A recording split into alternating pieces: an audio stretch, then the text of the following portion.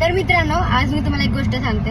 आम्ही शिक्रापूरवरून म्हणजे मी माझ्या सासरहून माहेरी चालले होते दौंडला आणि जाता जाता आम्ही खायला ना भेळ घेतली. हा मला भेळ खायची. म्हणलं ठीक आहे.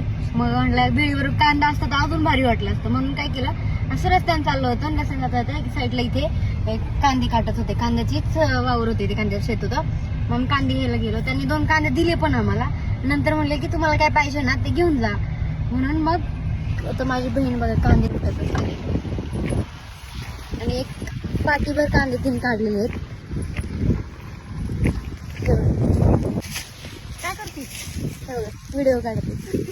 तू काय कांदे घेतली लोकांची चोरून? हा, चोरून नाही, मला ते म्हणते घेऊन जा. हे बघा, ह्या आजीने आम्हाला सांगितलं, आजीने आजोबाने कांदे घेऊन जा म्हणून. ओळखलं पाहिजे ना तुम्हाला. बघा, ह्या आजीने आजोबाने सांगितलं आम्हाला.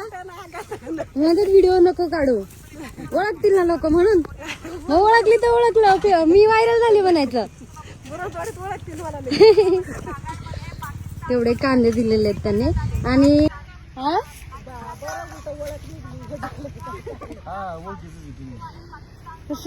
एवढे कांदे देणे असे मार्केटमध्ये गेल्यावर कोणी एक कांदा एक्स्ट्रा देत नाही. हे फक्त एक शेतकरीच करू शकतो, दुसरं कोणी करू शकत नाही. आणि उगाच नाही म्हणत शेतकऱ्याला, शेतकरी जगाचा पोशिंदा आहे.